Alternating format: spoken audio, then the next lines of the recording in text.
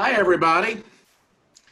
It is 6:30 Central Time because we've got somebody in New York with us tonight, and time to start our book talk. I'm Rex Nelson of the Arkansas Democrat-Gazette. Welcome you all on behalf of the Central Arkansas Library System. I know we've got a lot of people that are going to be on board for the conversation this evening. So welcome on behalf of the Central Arkansas Library System, the Bobby Roberts Library, and the Six Bridges Book Festival.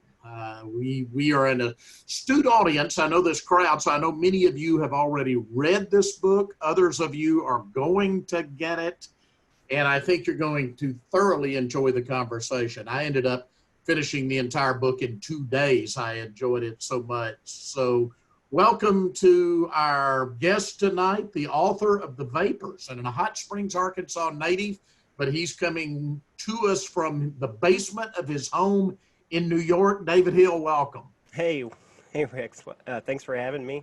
Thank you. You've been doing a virtual book tour, I understand. Yep. You're down in this basement about every night these days, I guess. Yeah, I'm calling it my basement book tour. I I just come down here each evening and log on to Zoom and talk to my computer screen. But I mean, honestly, I almost prefer it. I feel like if I was in a room right now with this many people, I'd be nervous. So this way, it just feels like it's just me and you. Well, I'm holding out hope that we get a vaccine by the end of the year. We'll have the book festival on schedule next year, and we'll look forward to seeing you right here in Little Rock to do this in person.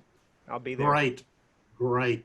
Let's talk a little bit about, I want to talk about you first. I know a lot of writers don't really like to talk about themselves, and then we will get into the book, but I mentioned you're a Hot Springs native. Tell us a little bit about your early years in Arkansas. You know, one of the things I have found, I grew up just 30 miles away in Arkadelphia, and Hot Springs might as well have been New York City to me. I mean, I'm simplifying, of course, but in Arkadelphia and towns like Malvern and other places you have mentioned in the book, it seemed like you were either a white Baptist or an African-American Baptist, and I could go to Hot Springs and there were Jews and there were these Catholics and there were Greeks. I mean, to a small town boy like me, it was a very exotic place, but probably if you grew up there, it's just where you grew up, you really didn't, did you find that the case, maybe took all of this for granted, what a unique place Hot Springs, Arkansas is? I really did take it for granted, I think. It wasn't until I really left Hot Springs or, traveled around a bit that I had the perspective to realize how different Hot Springs was than not just the rest of Arkansas, but, it was really a unique southern city, especially for the size of, for how small it is, that it would be that diverse and, and have that, that sort of novel of a history of the community there. So, yeah, I definitely took it for granted growing up there. I mean, it wasn't weird to me that there were, that when I was growing up, I would go to restaurants and eat kosher sandwiches and Jewish. At Molly's. Yeah, at Molly's. And loved Molly's. Until, I didn't realize how different that was, or that, I mean, it was, but there was a lot that I took for granted growing up in Hot Springs. I mean, I think Hot Springs is obviously a fascinating place. And I think the reason I wrote this book was because once I was able to get away from it, once I started writing, I found that people that I would talk to about my hometown were so curious about it. They wanted to know more and more about it every time I'd, introduce somebody to it. So I felt like I should write about it. Oh yeah. Like I said, to me, it might have well has been New York City. I mean, I was born in 1959, so I was only 8 years old when the Winthrop Rockefeller finally put an end pretty much to illegal gambling in Hot Springs in 67. But I can tell you for a few years afterwards, there were multiple, for instance, auction galleries that were still going strong that I can remember very well. I'm glad you have the auction galleries in the book because I would beg my mom, David, to take me into the auction galleries, and occasionally she would, and she'd say, "No, don't even scratch your nose. You might buy something." And I can remember one of the auctioneers talking about a fine Tiffany diamond. I suspect it was probably a Hot Springs diamond, or if it was real, as you point out in the book, it was most likely hot, right? Mm-hmm. Stolen from somewhere. Yeah, it's probably one of those two things. Yeah, I mean, Hot Springs was really for so long it was ground zero for a lot of before the events of the book, like back in the teens and 20s, Hot Springs was a real hotbed for con artists and all kinds of flim flam artists and hucksters around the country that would steer their marks down to Hot Springs. And so there was a lot of that, a lot of shenanigans that went on even before McLaughlin was mayor and before there was gambling, legal gambling. Absolutely, and it was a place where, for instance, carnival workers, and you talk a little bit about this, would come home during the off season. I mean, Hot Springs was kind of ground zero, and there's still a place there on Whittington Avenue, which is the club for the carnival workers, yep. Right? Yeah, the Showman's Association is still there on Whittington Avenue, and I grew up. So at the end of the book, Hazel ends up with this carnival man, and so when I was a kid, he was sort of like my grandfather figure, and when I was a kid, I would go to the Christmas parties at the Showman's Association and the beauty pageants and stuff like that. So yeah, I was definitely raised around the carny community that existed in Hot Springs and still does to this day. And that was quite a big business. The carnival back then was really a roving casino. The carnival was a place where people would go and gamble. There was a lot of gambling that went on in these on the Midway. It wasn't just rides and food. So it was natural. There would be a natural symbiosis between the carnival community and the gambling community. Yeah, and again, most of the illegal gambling in the late '60s went away. I mean, you could still find it certain places, but we would go over and visit friends, and it seemed like a lot of people had one of the slot machines still in the back of their lake house at Lake Hamilton. I mean, that lived on, and I guess still does in many ways to these days, as people still have old slot machines in their homes. I grew up in Hot Springs in the 1980s for the most part. I was born in '77, and I have really vivid memories as a kid of being at friends' houses, and I had a friend who his parents had an old craps table from one of the clubs, but it was like covered up, right? It had like a piece of plywood on it and a tablecloth, and they were using it as a table or as a sideboard or something. And I was so curious about it, right? I always wanted to look at it. I mean, it was such an interesting artifact, but we weren't allowed to touch it or talk about it. And to me, I think about that a lot because by the 1980s, I think that Hot Springs was really trying to distance itself from the gambling and from that reputation it had built up over so many years. And but the sort of evidence of it was all around you. The empty casinos were all there. They'd been turned into things like wax museums, but they were still there, and just all the sort of art, the artifacts and the remnants of those days were sort of scattered throughout people's homes and in their basements and attics. And so I hear a lot of stories like the one you just told about people holding on to slot machines, people holding on to chips. So as a kid, I sort of saw a lot of that stuff. In the 80s, it was still sort of fresh enough that stuff was around, and it was very titillating to me. I mean, I thought, it felt both, interesting and exciting, but also taboo because it was something people didn't really talk too much about. And so I was definitely fascinated by it, at a pretty early age. Talk about your path toward becoming a writer. Well, it wasn't a typical one. I mean, I spent probably about 15 years as a union organizer, and so I traveled around the United States, kind of going town to town and stirring up trouble. And what union organizers are supposed to do. Yeah, that's stir right. up trouble. And so I found myself. I sort of ended up. I started a writing career kind of late, I suppose. It wasn't something I studied in school, or like I wasn't a journalism student or an MFA or anything like that. I just was sort of on the road working for the union, and I started doing a little bit of writing. I was writing for a basketball blog that some friends of mine did for a little while, and then I entered a contest with McSweeney's to do a column for them. They had a column contest, and I entered it and I won, and I was able to do a weekly column for McSweeney's. And that column was, I called it Fading the Vig, A Gambler's Guide to Life. And every week I would write a column that was about a bet that I had made at some point in my life, and then sort of meditated on what that bet might, what it might have taught me about life or the sort of the world. And so I wrote a few of these, and And yeah, I got an agent, and I got invitations to write at larger publications, and I started freelancing for a while, and one thing led to another, and doors kept opening, and eventually I decided that I could probably just write full time, and that's what I've been doing ever since. But that column, and then the opportunity to write for a publication called Grantland that ESPN had done. Or I miss ultimately, Grantland.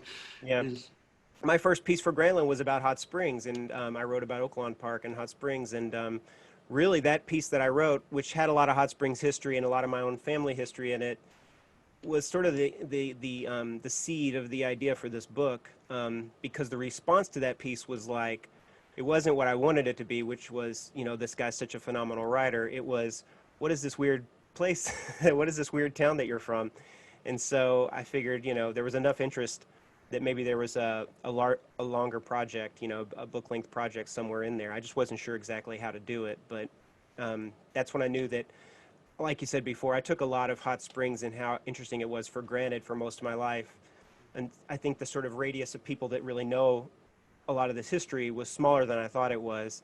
And I was surprised at how few people really knew about Hot Springs and the sort of outsized role that it played in American life in the middle of the last century. So I figured it was important. I wanted to write this book because I thought it'd be fun to tell this story, but I thought it was important too. I wanted to kind of return Hot Springs to its rightful place in the story of mid-century America, because it did play a big role, and that role has diminished mostly because I think people spent so long trying to sweep a lot of that story under the rug for decades, and I wanted to bring it back out and return Hot Springs to its place.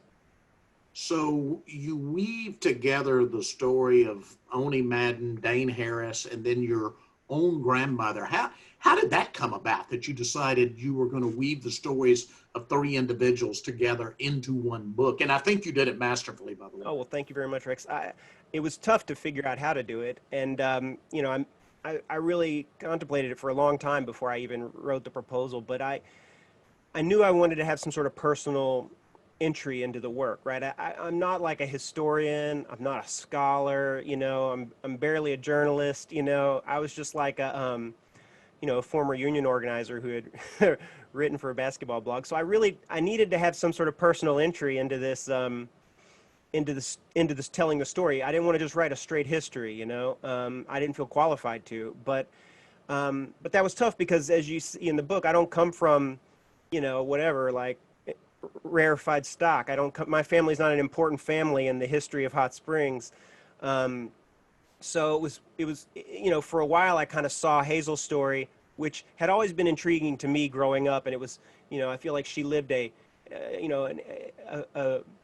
wasn't an exemplary life, but it was definitely an interesting life. It was one that was, filled with lots of, tumult and drama. And so I wanted to tell her story, but how to fit it into the broader story of our place and our town, I wasn't sure about.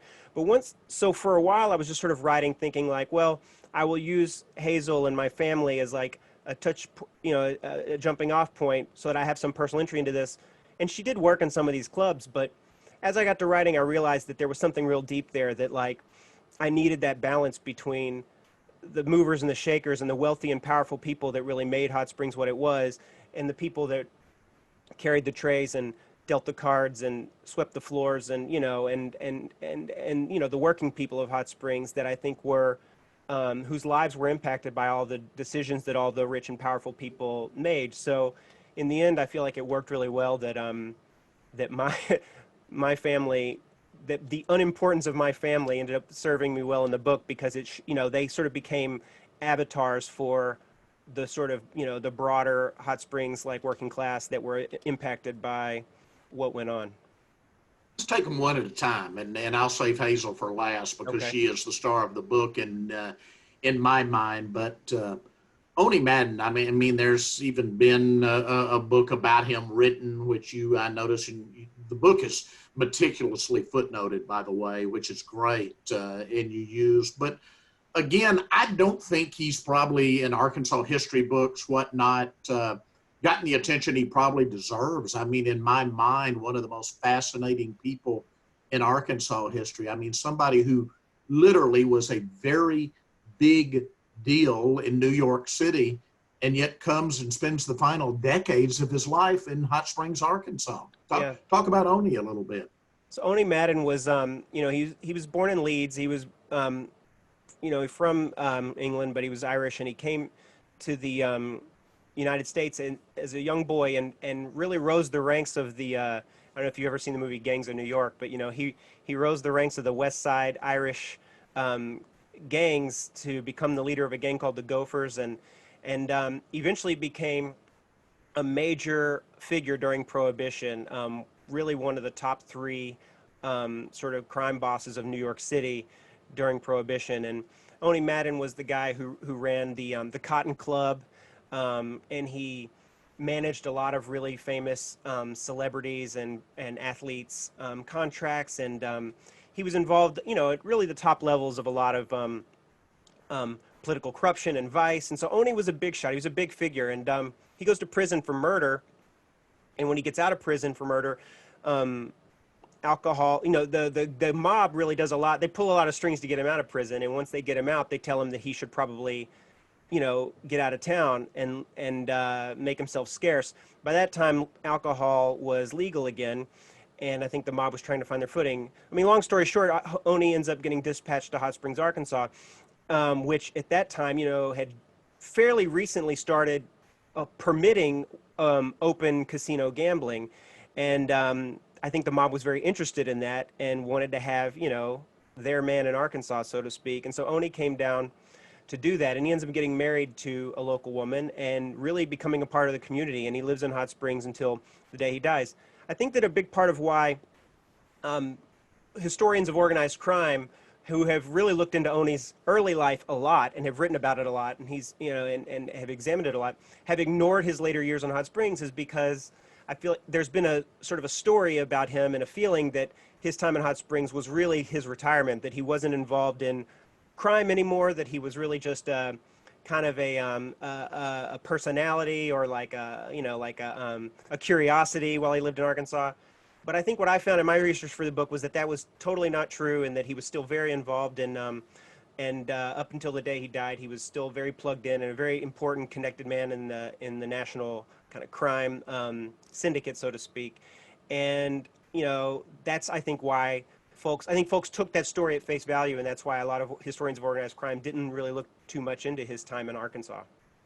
Yeah, really, really a fascinating character, Madden. I mean, and I didn't realize until I read your book that he was really as intimately involved as he was. I think a lot of us kind of thought of Madden as his career had been in New York. He was almost this retired, gosh, I hate to use the word benevolent, but you see what I'm saying, kind of an elder statesman figure that just hung out in Hot Springs, but very active. Talk a little bit about the wire and controlling the wire and how important that was, because at one point there were 60, 70 places around Hot Springs where you could place bets on the horses and other sports events.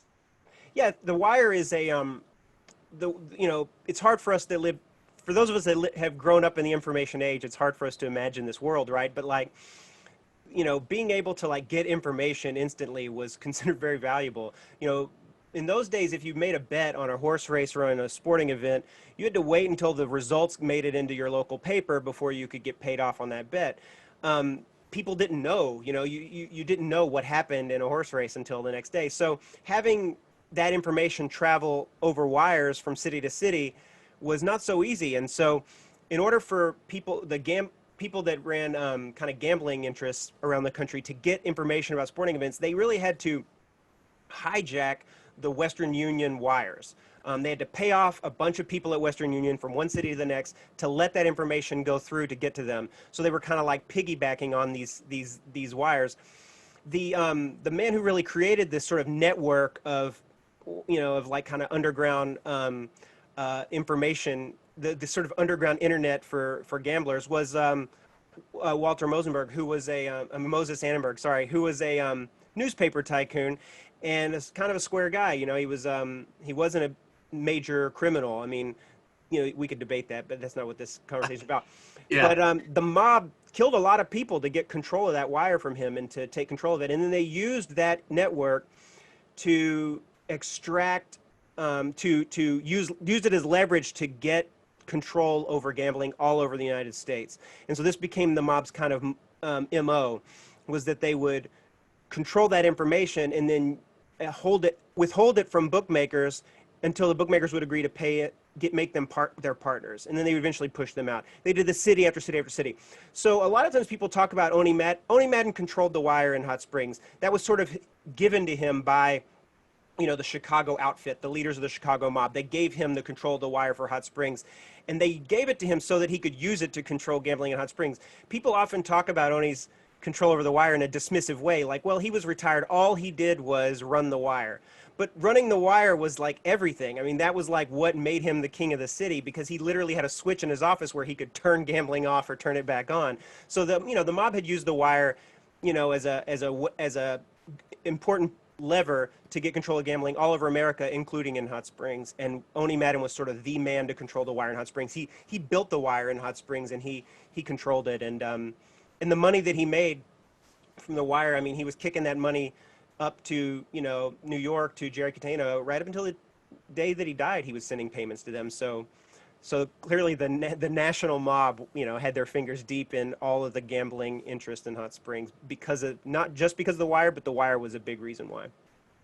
Then along comes Dane Harris, a businessman, gets into the liquor business, goes into the gambling business. Again, he's always been a fascinating character to me just to read about, and I learned a lot more about him through your book. But this was somebody who was, he came across, it seems like, as, like you said, a straight businessman at times. And yet he had this vision for Hot Springs.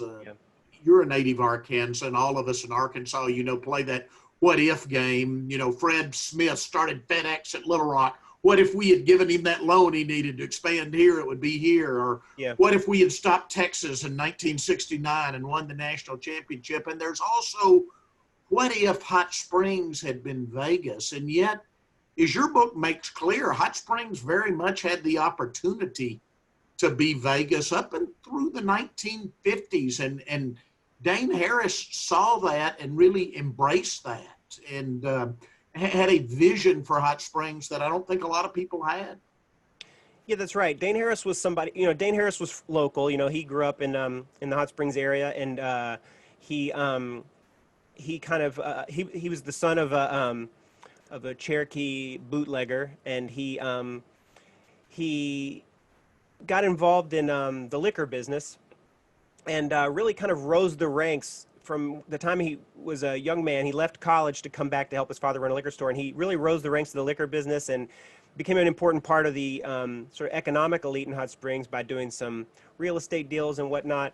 But Dane always kind of saw that, like, that gambling was the key to the city, that was the bedrock, kind of the bedrock of the Hot Springs economy, and that gambling was uncertain because it required so much political corruption. It required all these moving pieces to, like, all be in place. And Dane really thought that it should be legitimized. He thought that the only hope for Hot Springs' future fortunes was for that situation where it depended on things like organized crime and political corruption. They needed to legalize it, and they needed to make it, a legitimate business for Hot Springs to really have the kind of future that they all knew it could, especially because there's so much money being invested in the city, despite the fact that it all depended on, like, the governor or, like, the dog catcher, not giving up. So Dane was a visionary, and he worked really hard to sort of consolidate power and to build a what they call a combination, right? To build like a group that would be able to,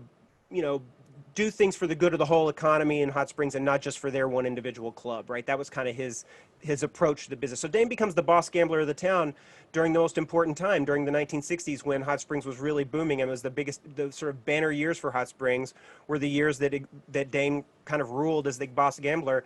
We saw millions and millions of people visit Hot Springs, and many, many millions of dollars getting invested in Hot Springs to build it up. And Dane's project was to legalize gambling. And I agree with you, Rex. If they had legalized it, Hot Springs would have become Las Vegas. And it's hard for us to, again, it's a hard thing for us looking back to imagine, because we see Las Vegas today, and it's this international city. You know, it's got billions and billions of dollars of investment in it, and it's, you know, and there's, you know, over 1 million people live there, and just and many, you know, tens of millions visit every year, and it's one of the fastest growing cities in America. It's just so hard to imagine that sleepy little Hot Springs could have ever been that. But if you went back to 1957, you would have thought Right. the opposite. You would have thought there's no way that this little, you know, this little kind of, you know, roadside stop off on the road near the dam would ever become anything, right? There was no sewer system, there were no street lights, there was no electricity. I mean, there was just like it was hard for people to imagine that anything big could happen there. But meanwhile, Hot Springs had all the infrastructure. I mean, it had been a resort town for, you know, for the better part of a century, and it had massive hotels. It had a long history of being a resort community that received lots of visitors from around the world. So naturally, all this really starts because, you know, the revolution in Cuba meant that's where the mob had been putting their money. That's where they Right. were building their sort of gambling capital in Havana. Well, once the revolution happened and that wasn't going to happen, there were really, you know, there was hundreds of millions of dollars on the line. Where are we going to put this money? And Hot Springs was very much in the running to receive that money from the mob and from the Teamster Central States Pension Fund to develop Hot Springs, but it needed to be legal. That was the one advantage that Nevada had.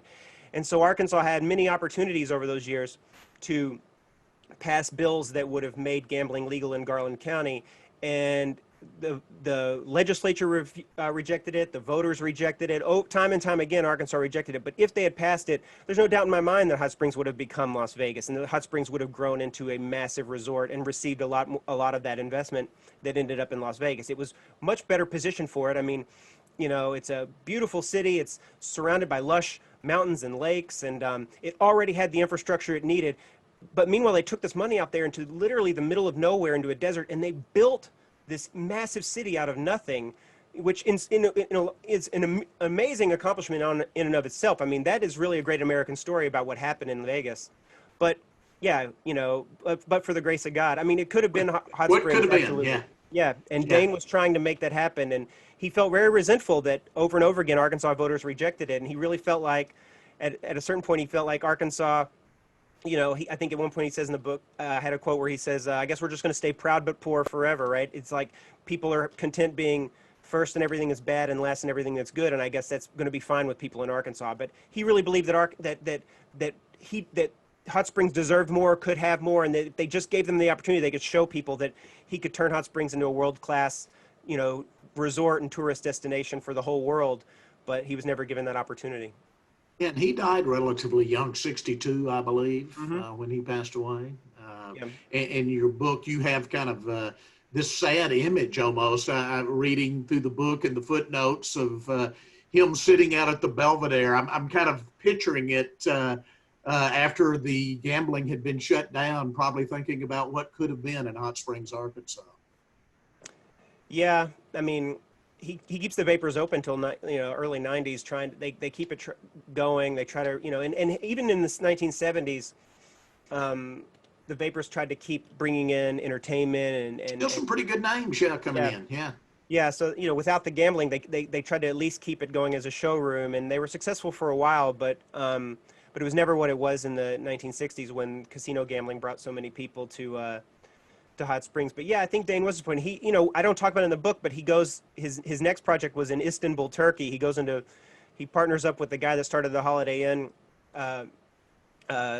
Corporation, and they start a casino in Istanbul, and Dane starts flying a lot of his old customers on private junkets on planes to Turkey to his casino there. And that went on for a little while, and then the government changed there, and a more religious government took over, and they shut it down. So once Wow. again, Dane was a victim of a pious government that that shut him down once again. So the poor guy couldn't catch a break.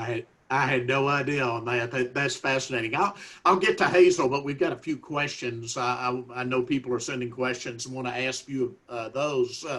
Talk a little bit about Sig McMath and the GI revolt as the GIs came back after World War II. McMath, of course, elected prosecutor, and then, as most everybody viewing here knows, ends up being a two-term governor of Arkansas.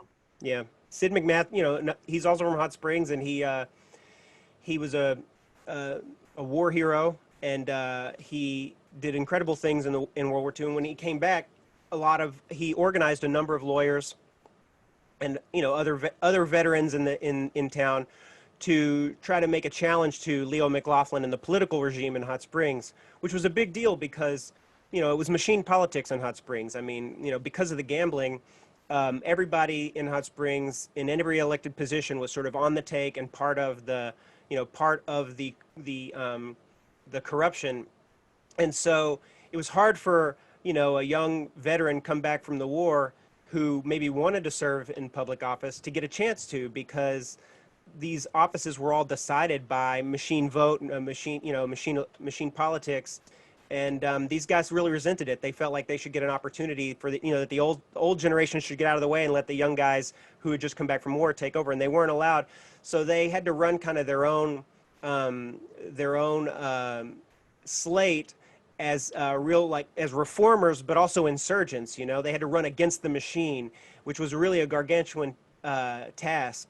And McMath, he really had a lot of guts and he had a lot of vision to put this together, and he organized a lot of these guys together. Dane and his friends were part of this. And what was interesting about, they called it the GI Revolt. They called themselves the GI League, and they would wear their uniforms and things at their events. They really tried to play up the fact they were veterans, and they had leaflets and flyers that showed the mayor Leo McLaughlin as Hitler, and they constantly evoked the mission of World War II and compared like fascism to what was happening in Hot Springs. So they leaned into that pretty hard, but they were kind of split on this question of gambling, right? And so, I won't I won't tell you the whole story. It's all in the book, but they eventually do win and take power in Hot Springs. Right.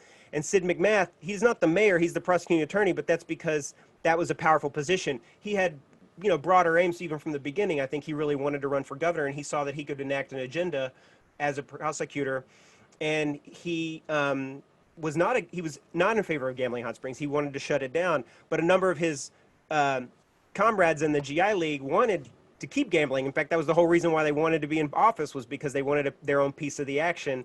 And so this kind of split them. And that was really the beginning of a number of years where Hot Springs did not find its footing after the GIs took over, because they no longer had the boss gambler and the machine there to hold it all together, until Dane was able to kind of take control. But Sid McMath then goes on and becomes the governor of Arkansas, and that was the best thing that could have happened to the gamblers in Hot Springs, because they got him out of the prosecutor's out of the prosecuting. So, and it was just a matter of time before Dane and everybody could prevail on McMath. That once he was elected, there was no more reason to posture and act like act like he was against gambling. Once he's elected, like he should do what every other governor before him did and say, that's just a local issue, I'll let them handle it locally. And once they got him to say that, then the wheels were spinning and the dice were rolling again in Hot Springs.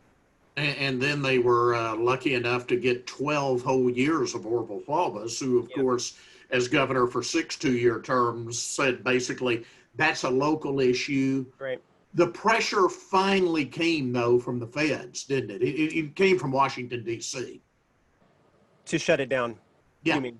Yeah, I mean, not from the state necessarily, but from, right. Well, from no, the I federal mean, government. I will say though that the federal government was flummoxed about how to shut down gambling in Hot Springs. They couldn't figure it out. And one of the remarkable things about illegal gambling in Hot Springs, and what I think really sets Hot Springs apart from other what you call wide open gambling towns around the country. I mean, there was a period of time when there were a lot of cities like Hot Springs. It wasn't the only place that had kind of wide open casinos. I mean, you could look at Newport, Kentucky, or Phoenix City, Alabama, Fort Worth, Texas. I mean, there were a lot of places that had similar types of operations. The thing is that throughout the 1950s, the federal government, whether it was the Kefauver, Senator Kefauver and then Senator McClellan, these sort of Senate committees would go city by city, and the federal government and the Department of Justice would go in and shut these gambling operations down, because they were worried about the mob, right? This was the mob's big business. This was the where they made most of their money, was through illegal gambling. And so for the better part of a decade, they were going through and shutting down all these cities' gambling operations, but they never came to Hot Springs. There was never any hearings in Hot Springs. They never came and touched Hot Springs. And I get into the book some of the reasons why. But as each city closes down, Hot Springs gets bigger, right? So Hot Springs was the beneficiary of political reform in other cities. And so Bobby Kennedy, by the time he becomes Attorney General, he's perplexed because Hot Springs has been untouchable, right? And he sends some people down, some of his investigators down to Hot Springs to check it out, and they're blown away by what they find. I mean, they go out and they're just walking into these casinos where there's like 1,000 people in the vapors gambling, and it's just like they're doing it in front of God and everybody. There's no secret password, there's no back door, the sign's all lit up. They're advertising on the radio, you know. So the Department of Justice investigators are like, what is going on here? We got to do something about this. Bobby Kennedy was able to get Congress to pass some laws that they thought would make it hard for gambling in Hot Springs, to make things a federal crime that they had been doing, things like moving slot machines in, bringing dealers in from out of town. With every law they passed, Dane Harris figured out a way around it. And so he just kept, there was like this cat and mouse game. So the feds really couldn't figure it out, even though they tried and they tried. What really happened was that what really happened that hurt them was that Faubus was getting challenged. The people who were challenging him, the sort of more ardent segregationists, you know, in Arkansas that were trying to challenge him in the Democratic primary, were also against gambling, right? So he found that he had enemies on his left and his right, and he couldn't figure out how to square the circle. He tried, you know, he did what he could to try to placate these people by becoming more and more racist and more of a segregationist, but he always had the liquor and gambling issue hanging around his neck, and that was not, you know, in order for him to fend off the sort of Johnsons that were of the world that were trying to challenge him as being too easy on civil rights, he had to offer Hot Springs as sacrificial lamb. And I think that's what we see happen in 1964. So, you know, gambling does, you know, sort of sputter on for the next few years, as you mentioned in 1967, when Rockefeller kind of puts the final nail in the coffin. But it was really Faubus forcing them to shut down in 1964 that was the real, you know, that was the real end, because that also meant that not only was he shutting them down, even if he permitted them to operate a little bit on the sneak or maybe just during race meet, it meant that there was not going to be any Teamster money coming to Arkansas. There wasn't going to be any more investment, legitimate investment in Hot Springs once he did that. So I would say it wasn't the feds. I would say it was Faubus trying to placate, you know, the Baptists that were challenging him around civil rights. And in this sense, the story of the civil rights movement in Arkansas and the story of gambling in Hot Springs are kind of, you know, interwoven. And just before 64, and you go into some of this, David, Hot Springs had really started, as far as construction downtown, to blossom again. I mean, bathing had been falling off since World War II, but with the gambling, you had an expansion of the Majestic as they built the suites around the pool. You had the Belle de Rose built. You had the Aristocrat, which I believe was Teamsters money, right? That to built the Aristocrat Hotel. So again, all of a sudden you had all these new hotel rooms coming online as late as the 1960s. They were anticipating it becoming legal. I mean, I think there was a lot of people who were handicapping it, that, you know, giving them better and even chances that they were going to figure out how to legalize gambling. And so all that development was in anticipation of, it just felt like a critical mass, I'm sure. I mean, like I said, from the time Dane became boss gambler, year after year, it got bigger and bigger. More and more people coming to Hot Springs, more and more clubs, more and more money being gambled in Hot Springs. So 60 to 64, each year you just see it getting bigger and bigger. And I'm sure that folks felt like this is a, you know, that this was a snowball rolling down the hill. You know, it was picking up momentum and there wouldn't be anything to stop it. They really thought that, you know, that it was heading in that direction. So I think that's why you saw so many millions of dollars being invested in these big hotel projects. I mean, the Aristocrat Manor, which was quite a hotel, I mean, it was only open for like a year before Faubus finally, you know, put the knife in them. And so the Aristocrat never really got to flourish. We never got to see it. I mean, after that, once that happened, the Teamsters called in the loan and they took control of the building and then they sold it, and it never really had an opportunity to function. That's true for a lot of those big hotels that they built. We never got to see Hot Springs. It's weird. They built up the infrastructure to receive and to be that kind of a city, and then it was just as quick, you know, shut down. And so those buildings all remained, and it was just this weird, gigantic kind of reminder of what it could have been. But, you know, very few of those hotels were ever full. Maybe none of them were ever full. I mean, you know, other than the Majestic, but like the Majestic expansion and the Belle de Rose, we never got to see that. But I got to grow up in a city where we were constantly reminded of it. You know, our big empty buildings downtown. Gigantic empty buildings just falling, just sort of crumbling. Sort of a constant reminder of a moment that kind of came and went.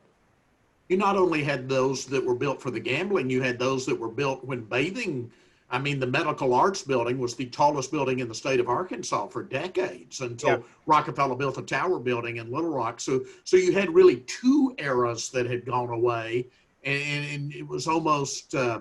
I don't want to say because Hot Springs lived on, but certainly we saw a decline of downtown for about 50 years until just the last few years. So it was almost like Arkansas's version of Roman ruins downtown, That's right. reminding us of both the bathing era and the gambling era.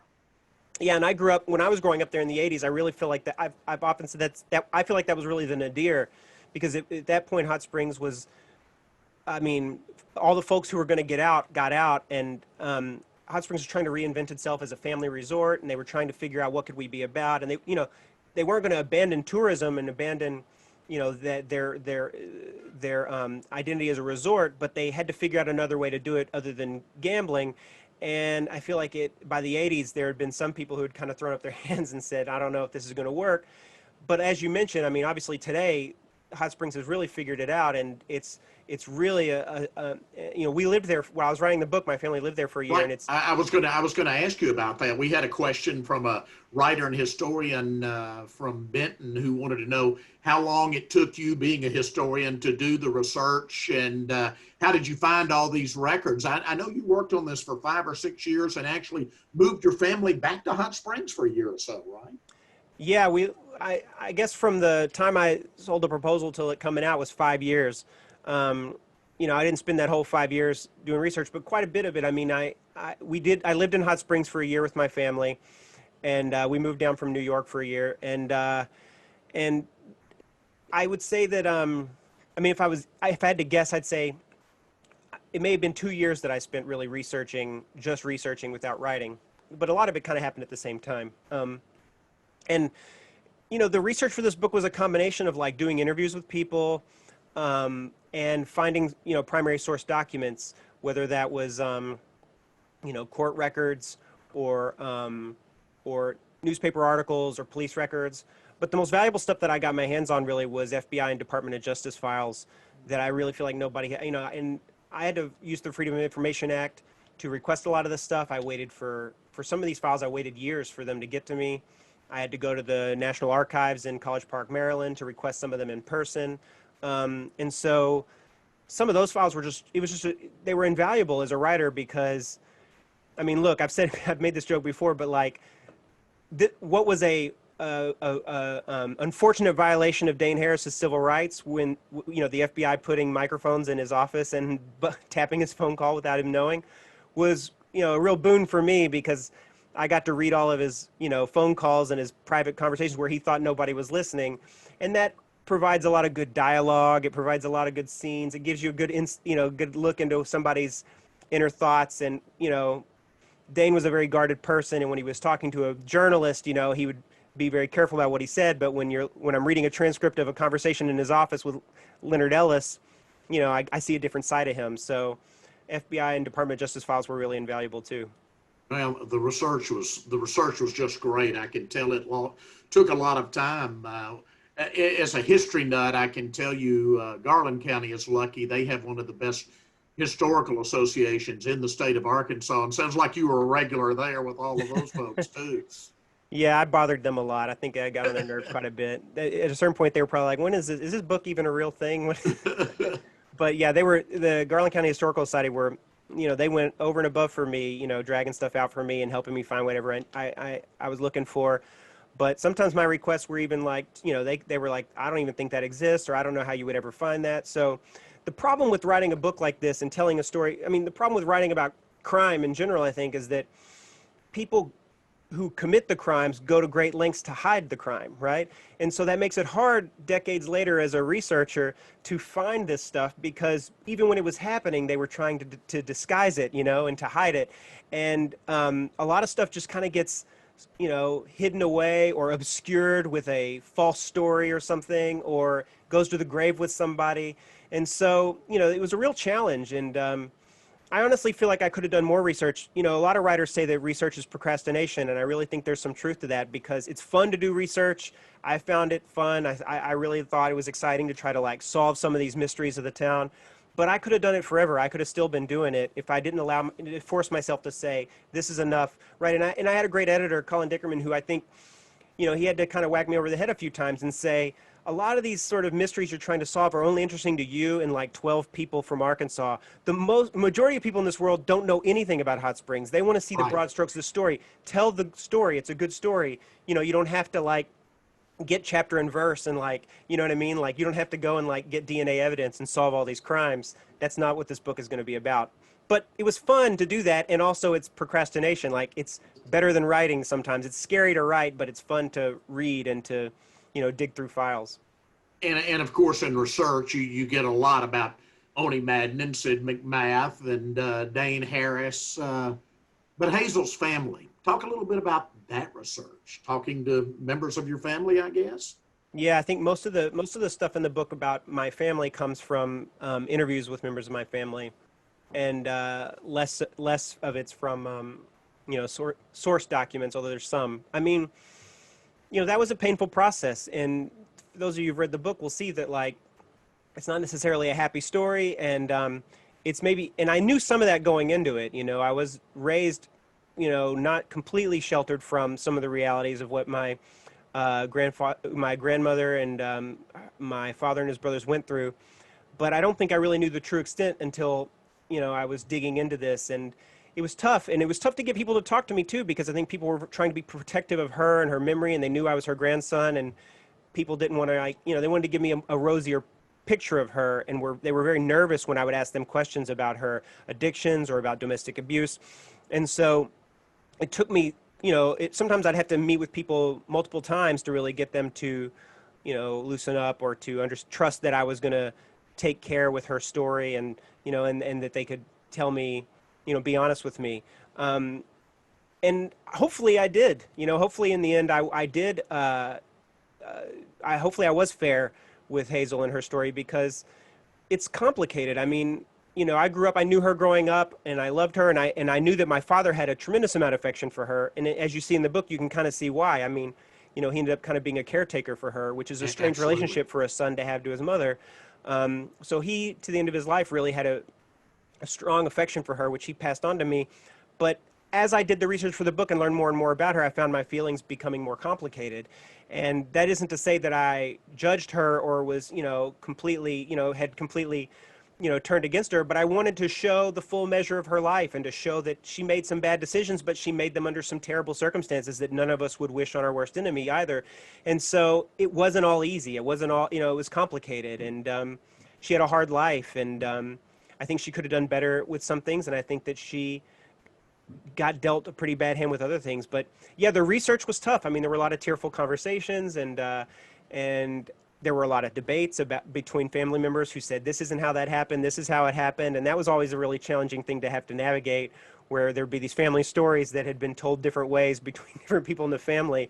But, as I just had to kind of decide what I thought felt like it was the most true version, and go with that at a certain point. In the book with a beautiful scene. I won't ruin it for anybody that hasn't read the book yet, though. But about Hazel looking on at a baptism. But if you would tell us about the rest of Hazel's life after the book ends. Well, Hazel, I think when we leave her in the book, she's sort of taken up with this carnival man, which she stays with, and he's he's as wild of a character as any of these other men in her life.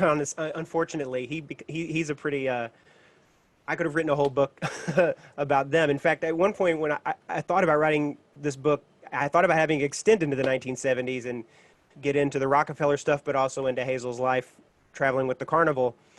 But the book just got too long, and but I'll gladly buy a sequel, David, if you want to spend another 5 or 6 years on it. All right, we'll do it. We'll do it. Hazel lives into the early 1990s. She lives a long life. She she remains, she remained poor. I mean, she lived in a trailer, and she never really had much. And she always kind of, but she was, she kicked the drug habit, and she kind of lived clean the rest of her life. And I grew up knowing her as kind of a doting grandmother who, loved to do the crossword puzzle, and and would take me to the Kmart and buy me whatever it was I asked her to buy. You know, she'd spend whatever little bit of money she had on me. I also remember as a kid being in her house and it being sort of filled with, you know, matchbooks and ashtrays and kind of the tchotchkes from the old days of the gambling days. And again, this is another sort of example of me being mesmerized as a kid by the evidence of this world that had existed once before that was sort of scattered all around her trailer. But yeah, I mean, Hazel lived a pretty simple life, you know, throughout the 1980s, and most of her wild times died down. But I think that she did still have quite a few wild years throughout the 1970s into the early 80s when she was traveling around with the carnival. And, you know, carnival folks, I wanted to get more carnival stuff into the book. I get a little bit of it in there, but like that's a whole nother side of Hot Springs. You know, it's another wild side. And even after gambling died down, like you mentioned before, the carnival business still was a part of that community, and she was definitely right in the middle of all that. Yeah, I've always wanted to go in the Showman's Association building, by the way. So maybe with your connections, you can take me in someday. Yeah, I bet they'll let us in. They'll probably let us join. I mean, they're looking for members, I think. You know, I'm not asking you. I know the book has not been out long to talk about anything that may be happening, but David, and I've got some questions along these lines. I have to think there's a movie or an HBO miniseries or something in this. Well, I Any hope bites? so. Yeah. Yeah, there's been some interest, and you know, we're talking to people. We'll see what happens. I mean, I with all that kind of stuff, you know, I have to be like, you know, it's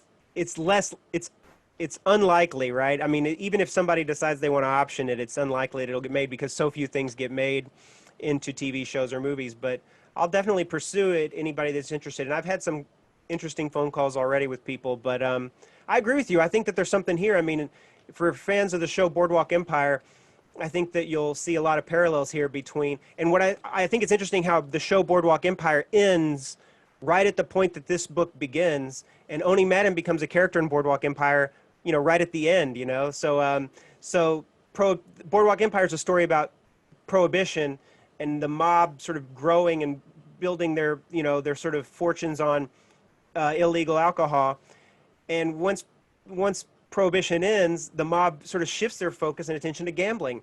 And, you know, we all know today Atlantic City is being a gambling resort, but that happened in the 70s. Really, Hot Springs was where it was at. I mean, Hot Springs was one of a number of big gambling towns, but became the kind of last big gambling town. And I think the way that, one of the ways that I tried to write this book was to show that it was not just about these three people, but it was about a whole community, right? There was this whole kind of like, there were so many pieces and moving parts of this community. And you mentioned it before in the earlier part of our talk about how it was a diverse community. There were immigrants from all over, you know, America, all different parts of Europe, and that Hot Springs was sort of a cosmopolitan, eclectic place in the middle of Arkansas.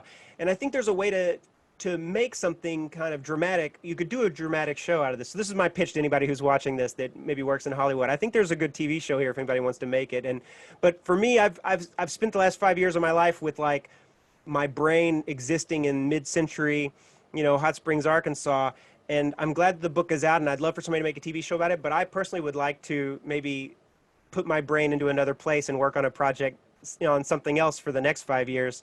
So if somebody does want to make a TV show about it, I hope they just take this and you know, and do a good job with it. But I'm ready to work on something new. Do you have any other book projects going? Well, I've got a good idea for a book that I kind of came up with when I was writing this book. You know, it's interesting. I remember the story about how Lauren Hildenbrand came up with the idea for Unbroken when she was researching Seabiscuit. You know, she had this thing where she would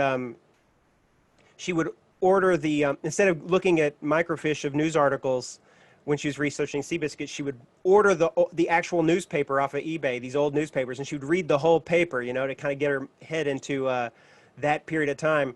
And I thought that was such a cool idea, and that's where she found the story for Unbroken, was in one of these old newspapers she was reading.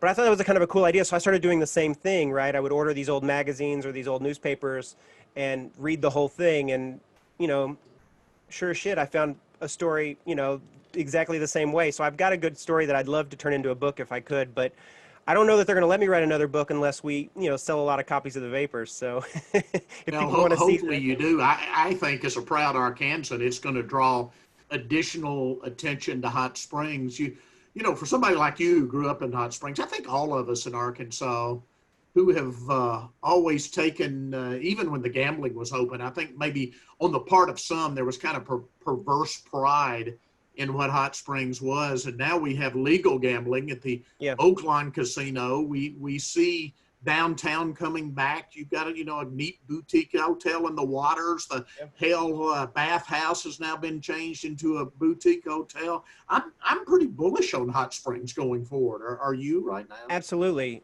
So the year that we spent living in Hot Springs, when I moved my family down there, it's funny because like I hadn't lived there, since the 1990s, and I was cautioning my wife, who's from New York, about like, look, we're going to move down. She'd been there, she'd visited before, but everything.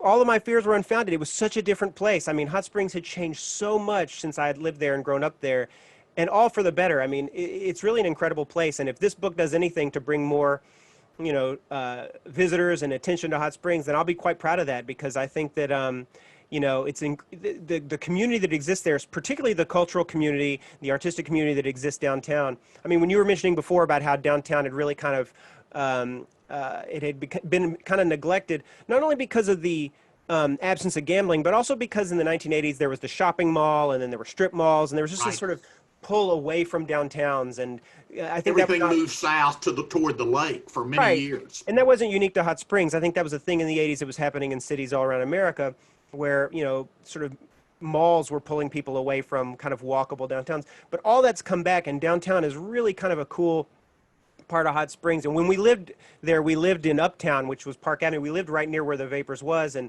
I'd walk downtown every day. I mean, we were living in Brooklyn, so we didn't spend a lot of time in cars, and my children are really not grown up in cars at all. So we were nervous about having to adjust to a new life in cars, but we really didn't even need one when we were living down there, because we could walk everywhere we needed to go when we were living uptown. So, I thought I thought the year we spent there was super fun, and it was a phenomenal year. We had great memories, and I fell in love with the town all over again. And I hope if this book brings people back, then like I said, I'd be really proud of that. It seems to me like, even though it was closed and decaying at the time that it burned, that the majestic fire maybe kind of woke people up in Hot Springs. I was in New Orleans a lot in the job I had at the time after Katrina, and I saw the same thing there. Like, we've got something really unique here, and we're about to lose it if we're not careful. And maybe we've seen that in Hot Springs. Did you sense that when you came back, that people said, we've got something really unique, really interesting, and we've let it go downhill downtown for 50 years now? We were there for the fire, and it was pretty dramatic, because it smoldered for I don't know, weeks, maybe months. Yeah. I mean, it's just so it just was there every day, kind of smoldering right before our eyes. And it was, I think, in that sense, it probably was a wake up call, because it just was such a dramatic thing to see such a massive building, burn down and then be torn down to the ground. This thing that had been part of your skyline, or whatever, like your visage of your city for so long was just now gone. It was hard for people to imagine. And then you turn and look at the Arlington Hotel, and you think, could that happen to the Arlington, right? Could the Arlington Hotel be gone one day? And there was real fear of that. Arlington was in some bit of disrepair back then too. So yeah, I think there was a little bit of that. But I also think that Hot Springs, part of what's and look, I'm not an expert in this stuff, and this is all just anecdotal, right? But like, I think part of what's contributing to Hot Springs kind of coming back, and that it's, I shouldn't even say come back, it has come back. Like, it is a very, it's a place right now that is worthy of people moving there and living there and visiting there. But I think there was a period where property values maybe had gotten so low that it then became attractive for people to come in, young families or young people to come in and buy a property, start their own businesses, buy their own home. And it starts all over again. It's like a cycle, right? So I think that maybe, there had been a period where property had gotten cheap enough that it brought people back, because they saw a real value and an opportunity. And now we see that, those folks, one of the things, I've said this to people before who've asked me this question, one of the things that really struck me during the year that I lived there with my family was that a lot of the people we were meeting were not people from Hot Springs. They were people who moved there from other places, right? So I was born there and raised there, but in some ways, my family living there for a year were not much different than a lot of people we met who had come there from another place and had not grown up there, and had come there to kind of start something new, or start a new life, or start a family, or start a business. And I think that's part of what's helping Hot Springs, become what it is today too.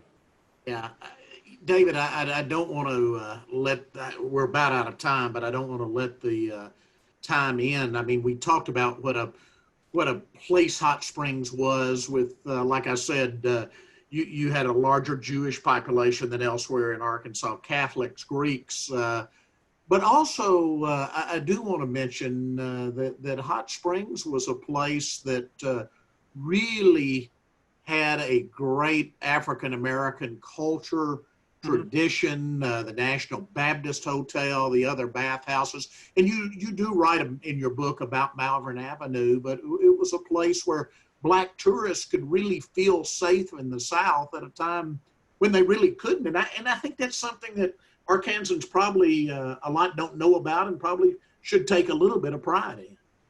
Yeah, I mean, Hot Springs was, was a segregated city, right? So we shouldn't pat ourselves on the back too much about it. Too much, but right. It's definitely true that Hot Springs, relative to the rest of Arkansas, was a fairly progressive community with regards to, civil rights and African American community there. I mean, just the fact that the second ward, which is where most Black people live, just the fact that that vote was so important to the political establishment says a lot, because in a lot of places in Arkansas, Black voters were actively discouraged from voting. That Jim Crow, that they were turned away at the polls, or that they were made to pay poll taxes, or they were given these tests or whatever. In Hot Springs, their vote was courted because they were important to, to winning these political elections. And so that in and of itself shows. But I think that I show in my book a lot of examples of this sort of relatively, progressive attitude that existed in Hot Springs, but for the time, but it was still a very segregated city. As there was still, segregation was still the sort of rule, which I also talk about in the book, right? I don't want to, like I said, I don't want to pat people on the back too much, but definitely Hot Springs was unique in that sense. And there's a story in the book about the Bathers baseball team being that's the Hot Springs minor league Cotton League team. Cotton States minor league, right? Right, they were the first team to integrate and allow Black players to play, and they did so at great cost to the team. But the community really rallied around the team's decision to do that, both white and Black. There was a lot of in Hot Springs. There were Black clubs and there were white clubs. There were Black casinos. There were Black Black hotels and Black kind of convention halls and whatnot. But white people would come across to the Black side of town to go see people like Duke Ellington or B.B. King or all these Ray Charles, whoever was coming to town. And so there was some integration in that respect. I wish I could have. There was quite a bit more that I wanted to write also about sort of the Black underworld and how there was also a Black gambling kind of national syndicate in parallel to the white one that I talk about a bit in the book. And at one point I had some chapters about that parallel and how some of those figures played into Hot Springs' history too that didn't really make it into the final book. But yeah, it's absolutely true that like the African-American community in Hot Springs were such an important and crucial part of this. And I have a whole section of the book where I sort of make a case for why it's clear that they had exercised their political and economic agency in a very smart way and utilized it to get things for the community that other communities in Arkansas did not have. And so gambling really sort of raised those boats as well. Absolutely. I've got a couple of questions here real quickly, and then I'm going to have to wrap up. We like to keep these close to on time. Sorry, I'm being so long-winded. No, this is wonderful. I could go another hour or two, but the good folks at Cal's, I don't think would smile on that.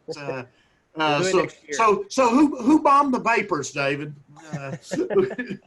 Well, look, I mean, I don't mind saying. I think I make it pretty clear in the book that I suspect that it was that Jack Digby and Sam Anderson were responsible for it, but I don't know that for a fact. That's definitely who the FBI suspected it was, and they definitely get out of town right before then and hang out in Atlanta waiting for the dust to settle. But they weren't the ones that planted the dynamite. The Department of Justice believed that they hired a couple of guys from Chicago, the Solomon brothers, who were known sort of dynamite experts who did this in Chicago. Whether those guys did it or not, I don't know, but that's definitely, they were folks who'd come to Arkansas, and people had said that they had been paid by Digby and Anderson, who kind of ran this rival group of gamblers who'd been put out by Dane Harris and his kind of, his combination. And so there was a bit of a rivalry between those two. But I also show in the book that they're not the only suspects, and there were plenty. I think I say that the list of people who had a beef with Dane and Oni was as long as your arm, right? So, I sort of touch on some of the other suspects, but I don't know. That seemed to me to be the strongest example. Plus, Dane's house gets blown up, and then On he ends up Tri Vista, selling it, yeah. and then Jack Digby bought it and moved in. So, so I don't know. You do the math. What fascinating history. And now after a few years as a church, they are trying to revive the Vapors. The building's still there, of course, as a entertainment venue. So we get this dadgum pandemic over and get you back to Arkansas for the book festival. Maybe we can go down there for a show That'd be at the cool. Vapors. That'd be Yeah, very cool. Yeah. do an actual signing in the Vapors. Well, David, thank you so much. I'm sorry I couldn't get to more of these questions. We've had a great audience tonight. Well, people can It, they can email me their questions, and maybe I can respond to them that way. absolutely. Now, I do know for those of you here in Central Arkansas that Wordsworth does have books, and they're signed books, right? That they They should have have here in some Little signed Rock. books too. Yeah. Yeah, so you want to get by there if you don't have the book yet. It is like I said. You hear the old saying, I couldn't put it down. I couldn't put it down. I read it. I read it in 2 days I appreciate from that. from start to finish. Very fascinating, and I am holding out. You know, there are a lot of streaming services out there. They're needing content now, so I'm holding out for that mini series that'll pay you a bunch of royalties and give us a lot of good publicity here in Arkansas and bring more tourists to Hot Springs. Well, that'd be cool, but we'll see. The best thing that can happen is we can get this book on the bestseller list. So go do your thing, Arkansas. Go buy the book, and maybe that'll help us get it on TV. Yeah. So on behalf of all of us at the Central Arkansas Library System, the Bobby Roberts Library, the Six Bridges Book Festival, thank you, David Hill. Wonderful job. Really, really look forward to seeing a lot of sales of your book, and good luck with your future projects, and hope to see you in Arkansas next year. I can't wait to get back. I can't wait to get back. Thank you. Thank you.